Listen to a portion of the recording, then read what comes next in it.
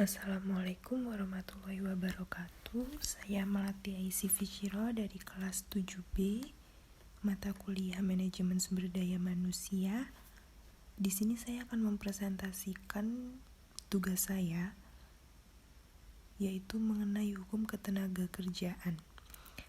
Dengan mengkaji Undang-Undang Ketenagakerjaan Nomor 13 Tahun 2003 yang meliputi pertama, hubungan kerja karyawan dan pengusaha. Kedua, hak dan kewajiban karyawan.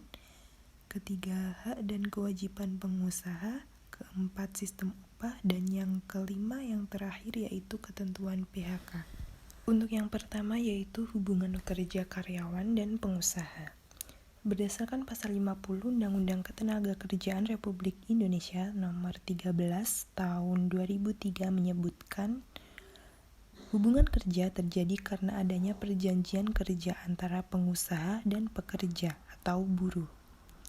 Nah, dengan demikian, adanya perjanjian kerja, maka akan lahir perikatan di antara mereka. Dengan kata lain, perikatan yang lahir karena adanya perjanjian kerja inilah yang merupakan hubungan kerja. Jadi, perjanjian kerja adalah perjanjian yang dibuat antara karyawan dan pengusaha yang memenuhi syarat-syarat kerja, hak, dan kewajiban dari para kedua pihak.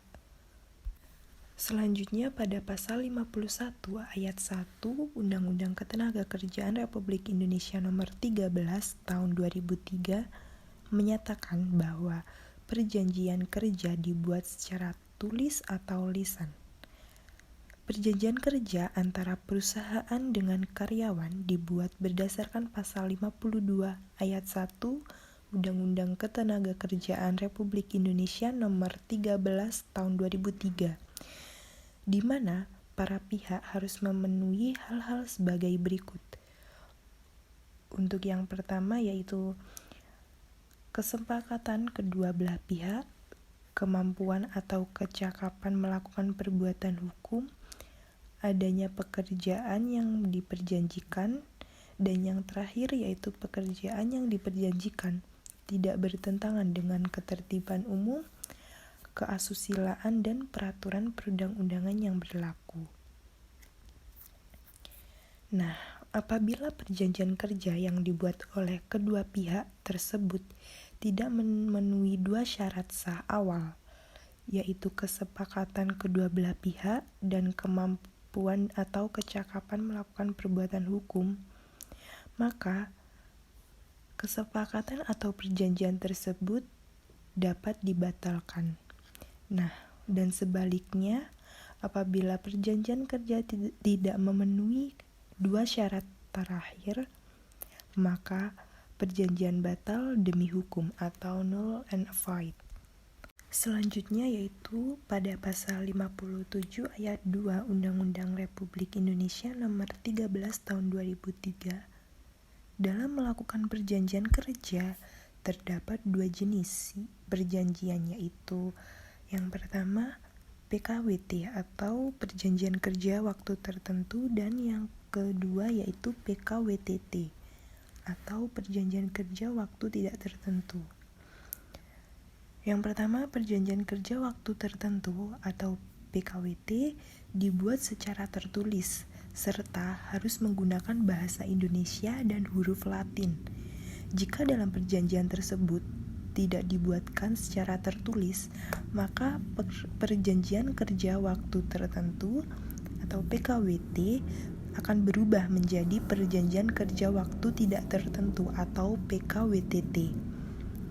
Nah, sedangkan mengenai perjanjian kerja waktu tidak tertentu atau PKWTT, perjanjian kerja dapat dibuat secara lisan ataupun tertulis. Untuk pasal 55 Undang-Undang Ketenagakerjaan Republik Indonesia Nomor 13 Tahun 2003 tentang ketenagakerjaan, yaitu menyatakan bahwa perjanjian kerja tidak dapat ditarik kembali atau diubah kecuali atas persetujuan para pihak. Dalam pasal tersebut, perjanjian kerja yang telah berlaku dan mengikat pengusaha dengan karyawan tidak dapat ditarik kembali atau mengubah perjanjian kerja, kecuali dilakukan berdasarkan kesepakatan antara kedua pihak. Untuk yang kedua yaitu mengenai hak dan kewajiban dari karyawan. Yang pertama, hak memperoleh upah. Dalam Undang-Undang Ketenagakerjaan Republik Indonesia Pasal 1 Ayat 30 Nomor 13 Tahun 2003, gaji atau upah itu merupakan hak paling dasar yang harus diperoleh atau didapatkan oleh karyawan. Maka kebijakan pada undang-undang tersebut menyatakan bahwa upah adalah hak pekerja atau buruh yang diterima dan dinyatakan dalam bentuk uang sebagai imbalan dari pengusaha atau pemberi kerja kepada pekerja atau buruh yang ditetapkan dan dibayar menurut suatu perjanjian kerja, kesepakatan, atau peraturan perundang-undangan, termasuk tunjangan bagi pekerja atau buruh dan keluarganya atas suatu pekerjaan dan atau jasa yang telah atau akan dilakukan. Yang kedua yaitu mengenai hak untuk mendapatkan kesempatan dan perlakuan yang sama. Hak untuk mendapatkan kesempatan dan perlakuan yang sama dari perusahaan. Hak ini erat kaitannya dengan keadilan bagi seluruh karyawan perusahaan. Dalam Undang-Undang Ketenagakerjaan Nomor 13 Tahun 2003 Pasal 5 menyatakan bahwa setiap tenaga kerja memiliki kesempatan yang sama tanpa diskriminasi atau memperoleh pekerjaan. Dalam pasal tersebut menjelaskan bahwa tiap-tiap tenaga kerja memiliki kesempatan yang sama tanpa diskriminasi untuk memperoleh pekerjaan. Untuk yang ketiga, hak untuk mendapatkan pelatihan kerja. Idealnya dalam suatu pekerjaan seorang karyawan bukan hanya bekerja untuk mendapatkan penghasilan saja, namun juga dapat meningkatkan pengetahuan mereka. Oleh karena itu, karyawan pun memiliki hak untuk mendapatkan pelatihan kerja, seperti yang telah dijabarkan atau tertulis pada Pasal 11 Undang-Undang Ketenagakerjaan Republik Indonesia Nomor 13 Tahun 2003, yaitu setiap tenaga kerja berhak untuk memperoleh dan atau meningkatkan atau mengembangkan kompetisi kerja sesuai dengan bakat, minat, dan kemampuannya melalui pelatihan kerja. Yang keempat, yaitu hak ikut serta dalam serikat pekerja atau buruh. Pada Undang-Undang Ketenagakerjaan Republik Indonesia Nomor 13 Tahun 2003, Pasal 104 disebutkan bahwa setiap pekerja atau buruh berhak membentuk dan menjadi anggota serikat pekerja, di mana serikat pekerja ini dapat menjadi wadah bagi karyawan untuk menyampaikan aspirasi kepada perusahaan.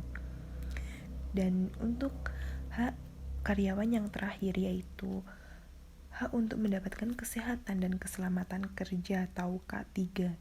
Kesehatan dan keselamatan dalam bekerja juga termasuk hak yang mesti didapatkan tiap pekerja, sesuai dengan Undang-Undang Ketenagakerjaan Republik Indonesia Nomor 13 Tahun 2003, Pasal 86. Peraturan tersebut menjelaskan bahwa setiap pekerja atau buruh mempunyai hak untuk memperoleh perlindungan atas keselamatan dan kesehatan kerja, moral dan kesusilaan, dan perlakuan yang sesuai dengan harkat dan martabat manusia serta nilai-nilai agama. Selanjutnya yaitu kewajiban karyawan. Kewajiban dari karyawan untuk yang pertama yaitu kewajiban ketaatan. Karyawan harus memiliki konsekuensi dan patuh pada peraturan yang ada pada perusahaan. Kewajiban konfidensialitas, yaitu setiap karyawan wajib menjaga kerahasiaan data-data yang dimiliki oleh perusahaan. Dan terakhir yaitu kewajiban loyalitas. Karyawan harus mendukung visi dan misi perusahaan dan memiliki loyalitas yang tinggi terhadap perusahaan tersebut. Untuk yang selanjutnya yaitu mengenai hak dan kewajiban pengusaha. Hak dan kewajiban dari pengusaha selaku pemilik bisnis menurut Undang-Undang Ketenagakerjaan Republik Indonesia Nomor 13 Tahun 2003 yaitu meliputi hak untuk ditaati, hak atas konfidensialitas, hak atas loyalitas pegawai atau karyawan, dan yang keempat hak untuk membuat tata tertib. Selanjutnya untuk kewajiban yang harus dipenuhi oleh seorang pengusaha berdasarkan Undang-Undang Ketenagakerjaan Republik Indonesia Nomor 13 Tahun 2003. Yang pertama yaitu kewajiban untuk memberi upah kepada karyawan, kewajiban memberi kesempatan yang sama atau berlaku adil, kewajiban memberi pelatihan kerja, kewajiban penetapan waktu kerja yang manusiawi, kewajiban memberikan fasilitas keselamatan kerja, dan yang terakhir yaitu kewajiban untuk mendengarkan aspirasi para karyawan. Selanjutnya yaitu mengenai sistem upah. Upah merupakan hak dari karyawan yang diterima dan dinyatakan dalam bentuk uang sebagai imbalan dari perusahaan kepada karyawannya. Upah telah ditetapkan dan dibayarkan menurut suatu perjanjian kerja, kesepakatan, atau peraturan perundang-undangan, termasuk tunjangan bagi karyawan dan keluarganya atas suatu pekerjaan atau jasa yang telah dilakukan. Untuk kebijakan pengupahan yang telah ditetapkan oleh pemerintah pada pasal 88 ayat 3 Undang-Undang Ketenagakerjaan Republik Indonesia Nomor 13 Tahun 2003 meliputi yang pertama upah minimum, kedua struktur dan skala upah kerja lembur, yang keempat upah tidak masuk kerja atau tidak melakukan pekerjaan karena alasan tertentu, yang kelima bentuk dan cara pembayaran upah, 6 yaitu hal-hal yang dapat diperhitungkan dengan upah, dan yang terakhir atau yang ketujuh yaitu upah sebagai dasar perhitungan atau pembayaran hak dan kewajiban lainnya. Untuk selanjutnya yaitu ketentuan PHK atau pemutusan hubungan kerja. PHK ini merupakan pengakhiran hubungan kerja dikarenakan suatu hal tertentu yang mengakibatkan harusnya berakhir hak dan kewajiban antara pekerja dan pengusaha. Artinya, harus adanya hal atau alasan tertentu yang mendasari pengakhiran hubungan kerja tersebut. Dalam aturan perburuan, alasan mendasari PHK dapat ditemukan pada pasal 154A ayat 1 Undang-Undang Nomor 13 Tahun 2003 tentang Ketenagakerjaan. Ketentuan dalam aturan perburuan nasional dapat pada prinsipnya mengenai PHK menyatakan bahwa berbagai pihak dalam hal ini pengusaha, pekerja, serikat pekerja, dan pemerintahan harus mengupayakan agar sebisa mungkin tidak terjadi PHK. Hal tersebut berdasarkan pasal 151 ayat 1 Undang-Undang Ketenagakerjaan Republik Indonesia Nomor 13 Tahun 2003. Mungkin sekian yang bisa saya sampaikan, semoga memberi manfaat untuk kita semua. Ada kurang lebihnya mohon maaf. Wassalamualaikum warahmatullahi wabarakatuh.